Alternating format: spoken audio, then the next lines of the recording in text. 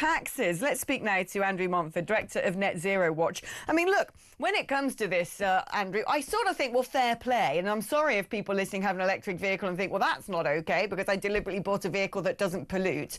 The point is the road tax pays for the maintenance of our roads, and a lot of electric vehicles are far heavier than the standard combustion engined vehicle, are actually therefore responsible for a huge amount of the potholes. And also, without sort of sounding like an inverted snob Marxist, frankly, the people who have bought electric vehicles tend to be top of the food chain and can probably afford to pay more road tax than your average white van man. What do you think to this?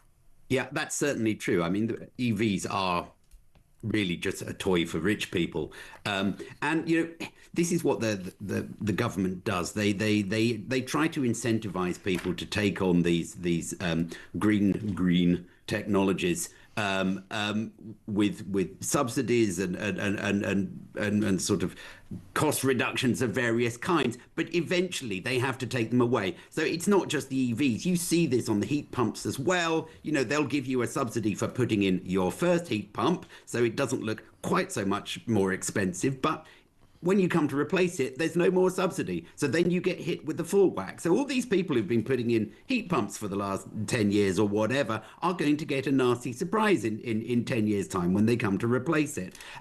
This is sort of standard bait and switch sales technique, isn't it? It's going, this is really, really cheap. Come and take on the new green technologies, and then, did we say it was cheap? Surely not. The people are going to get nasty surprises in a few years' time. And, what can you say? People need to learn to question what the government tells them. The government will say anything to get its policies through. And if you trust the government too much, well, you'll get a nasty shock. Especially the cult of net zero. I remember when we were being told we all had to have diesel cars because they were better.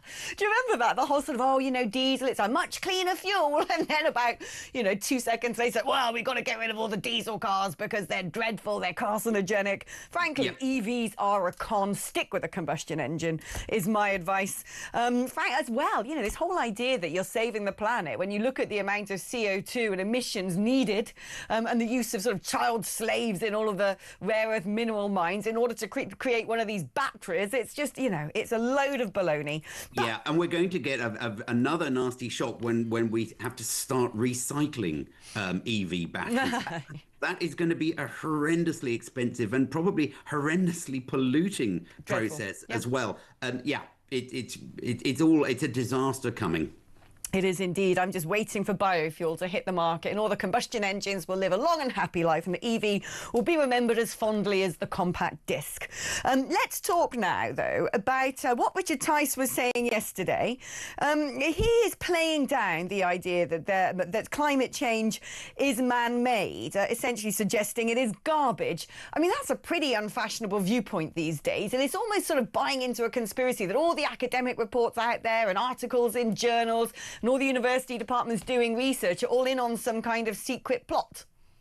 Yeah, I mean, I think it's probably reasonable to say that there has been a lot of hyping of this. But the thing that concerns me about this, I mean, this has come from, he said this yesterday, and he's been hit fairly hard by certain sectors of the media about it. And you get this sort of narrative policing. There are some views that you just must not air. And, this is not just climate change. It's stuff like the rape gangs and the COVID jabs. You're just not allowed to question it, and if you do, then you're a conspiracy theorist or evil or in the pay of some dreadful industry. And this has to stop. This is really causing terrible issues for our society. But I've got to ask, because this is something that I don't know where I stand on this, quite frankly. I'm going to put myself as an agnostic. I've seen that brilliant documentary by Martin Durkin, which actually was challenged by various scientists, and there had to be corrections issued.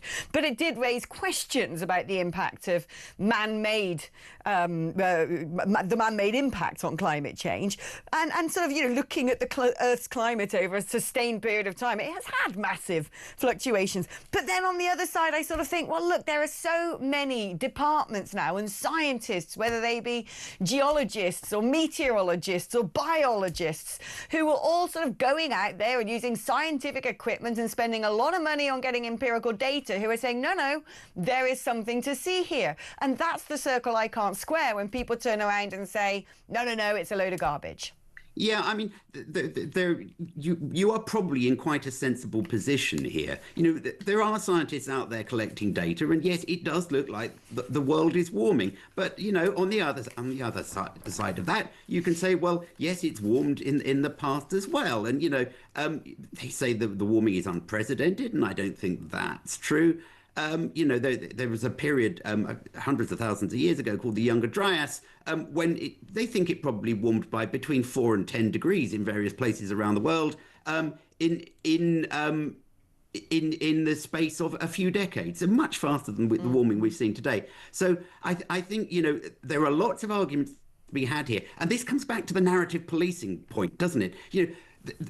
In science, the narrative is being policed. People who sort of go and question the narrative, they get into terrible trouble. They are silenced, they have their funding taken away. And so, yeah, we're not hearing the whole story. And that is what our society has to correct. This is the poison.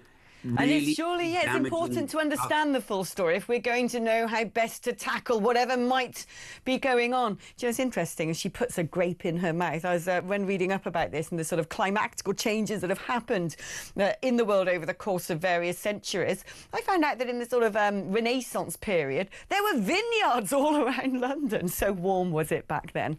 Anyway, thank you ever so much, Andrew Montford, Director of Net Zero Watch.